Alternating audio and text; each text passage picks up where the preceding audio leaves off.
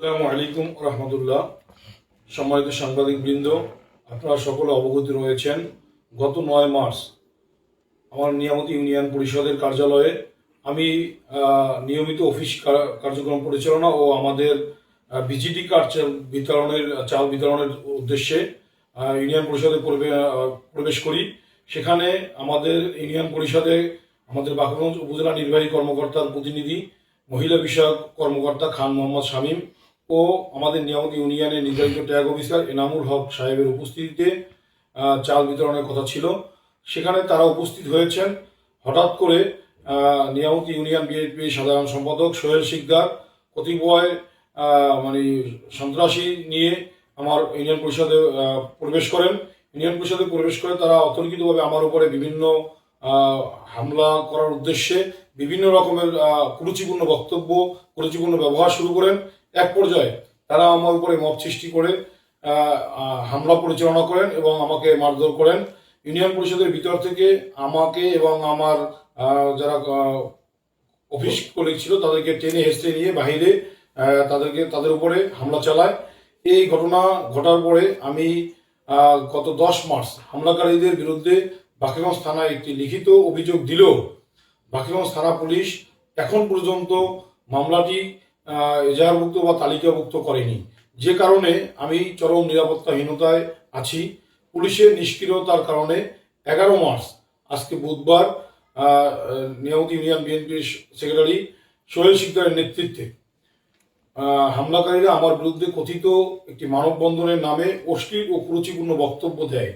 এমনকি তারা এআই ব্যবহার করে, এআই দিয়ে আমার ছবি বিকৃত করে ব্যানার প্রিন্ট করে ইউনিয়ন পরিষদের সামনে টানিয়ে রেখেছে।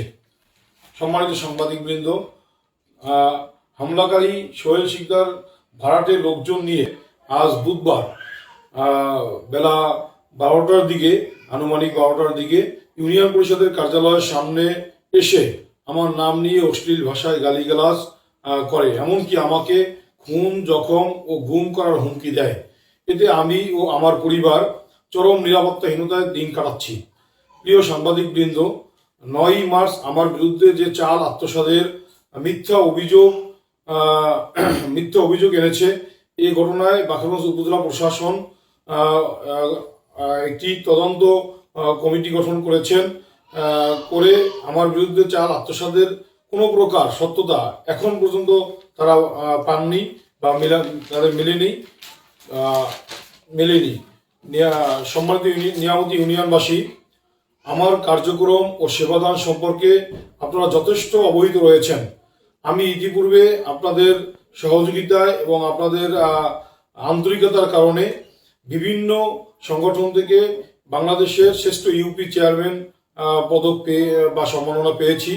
আমার জনপ্রিয়তা ঈর্ষান্বিত হয়ে আগামী ইউনিয়ন পরিষদ নির্বাচনকে টার্গেট করে নিয়ামতি ইউনিয়ন বিএনপির সাধারণ সম্পাদক জনাব সোহেল শিকদার সাহেব 9 মার্চ সোমবার মব সৃষ্টি করে প্রশাসনের লোক এবং প্রিয় সাংবাদিকদের উপস্থিতিতে পরিকল্পিতভাবে আমার উপরে হামলা চালিয়েছে। এই ঘটনায় বাকেরগঞ্জ থানায় হামলাকারীদের বিরুদ্ধে একটি লিখিত অভিযোগ দেওয়ার 2 দিন পার হয়ে গেলেও বাকেরগঞ্জ থানা পুলিশ অদ্যাবধি মামলাটি তালিকাভুক্ত করে হামলাকারীদের বিরুদ্ধে কোনো প্রকার ব্যবস্থা গ্রহণ নেয়নি। এজন্য আমি আমার পক্ষ থেকে, আমার ইউনিয়নবাসীর পক্ষ থেকে সম্মানিত গণপ্রজাতন্ত্রী বাংলাদেশ সরকারের সম্মানিত প্রধানমন্ত্রী, স্বরাষ্ট্রমন্ত্রী ও প্রশাসনের ঊর্ধ্বতন কর্তৃপক্ষের দৃষ্টি আকর্ষণ করে বলতে চাই, আমার উপরে হামলার ঘটনায় কোনো ব্যবস্থা না নেওয়ায় আমি যদি হত্যা, গুম বা কোনো প্রকার ক্ষয়ক্ষতির শিকার হই, তার জন্য বাকেরগঞ্জ থানা পুলিশ দায়ী থাকিবে বা প্রশাসনের লোক দায়ী থাকিবে।